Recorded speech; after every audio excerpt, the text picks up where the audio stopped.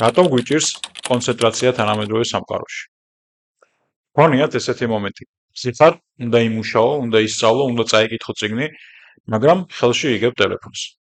არავინ დაგიძახა, არაფერი მნიშვნელოვანი არ მომხდარა. უბრალოდ ხელი თავისით წავიდა. 5 წუთი ინსტაგრამი, შემდეგ YouTube, შემდეგ ერთი ამბავი ნახო და უცებ 40 წუთიც გავიდა. და მე საკუთარ თავს ეუბნები. ამ წირს ადრე ასე არ ვიყავ. ეს ამ ვიდეოში ზუსტად ამ კითხვას უპასუხებთ.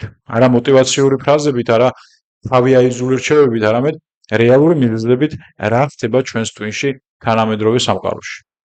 პირველი მნიშვნელოვანი რამ, რაც უნდა გავიგოთ, კონცენტრაციის პრობლემა არ ნიშნავს, რომ ზარმაცი ხარ. სტურსინების ყოფა გაქვს, ან რაღაც გჭირს. წარსულში არსებობდა ტკვიანი, ძლიერი შრომისმოყვარე ადამიანები, მაგრამ მათ სხვა გარემო ჰქონდათ. დღეს ჩვენ ცხოვრობთ სამყაროში, სადაც ყურადღება გახდა საქონელი და აქ იწყება ყველაზე საინტერესო ნაწილი. ერთ დროს ადამიანები კონკურენციაში იყვნენ ფულზე. ეს კომპანიები კონკურენციაში არიან შენს ყურადღებაზე. სოციალური ქსელები, აპლიკაციები, პლატფორმები არ ცდილობენ დაგეხმარონ კონცენტრაციაში. მათი მიზანია რაც შეიძლება დიდხანს დარჩე ეკრანთან. ამაზე პირდაპირ ლაპარაკობდა კრისტიან ჰარის, ადამიანი, რომელიც ადრე Google-ში მუშაობდა და მერე გამოვიდა და თქვა, ეს არ არის ნეიტრალური ტექნოლოგია, ეს არის ყურადღების ინჟინერია. ახლა უნდა ვილაპარაკოთ დოფამინზე. და არა ზედაპირულად. დოფამინი არ არის ბედნიერების ჰორმონი. დოფამინი არის მოლოდინის ჰორმონი. ყოველ ჯერზე, როცა ახალ შეტყობინებას ელოდები, ახალ ვიდეოს სკროლავ, რამე საინტერესო იქნება ვფიქრობ.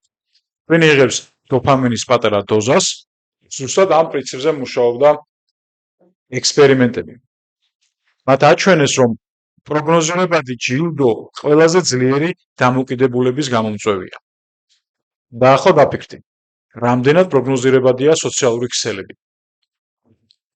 ადრე ადამიანი აკეთებდა ერთ საქმეს. დღეს კი ყველაფერს ერთდროულად.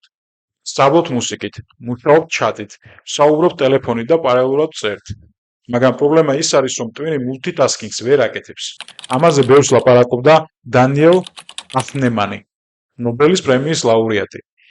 ტვინი რეალურად არ აკეთებს რამდენიმე საქმეს ერთად. ის უბრალოდ სწრაფად გადადის ერთიდან მეორეზე.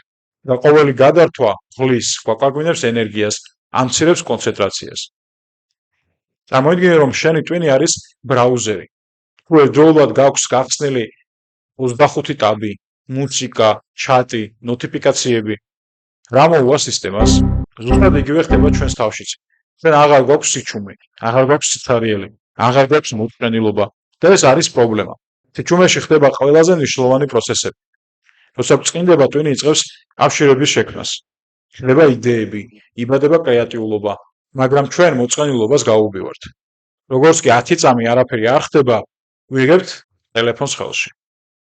და ამით საკუთარ თავს ვაკარგვინებთ ღრმა ფიქრის უნარს. სიმართლე ესეთია. შენ შეგიძლია კონცენტრირება უბრალოდ შენს ტვინს სხვა რაღაცეებზე ავარჯიშებდნენ.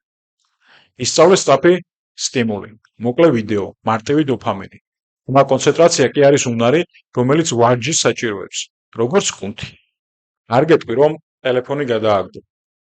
მაგრამ შეგიძლია გადადგა შემდეგი ნაბიჯები.